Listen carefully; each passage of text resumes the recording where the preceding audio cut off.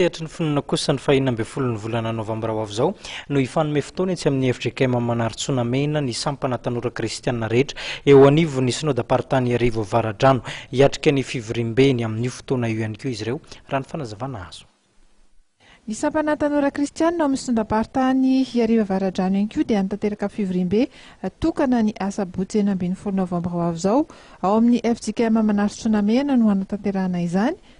Atokopira maro ary no andrainjara mandritra ny fanompoam-pivavahana aoriana ny fotoana ihany koa dia isy ny fiara-misakafo ary arahana fanentanana amin'ny alalan'ny rindran-kira.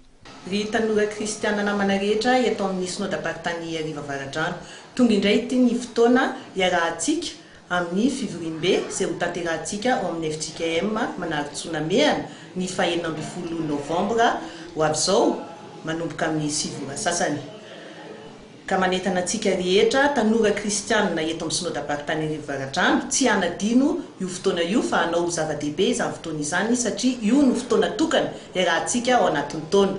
Ny zavatra ho hitao misy ny fandraisana anjara ny antoko-pihira mandritra ny fotoana iarahantsika, misy ihany koa ny fiarahantsika misakafo. Ka manentana antsika rehetra tsy hanadino io fotoana io dia ny faha 9 novambra izany amin'ny 7 sasany ao amin'ny FJKM Manarintsoa Namehana.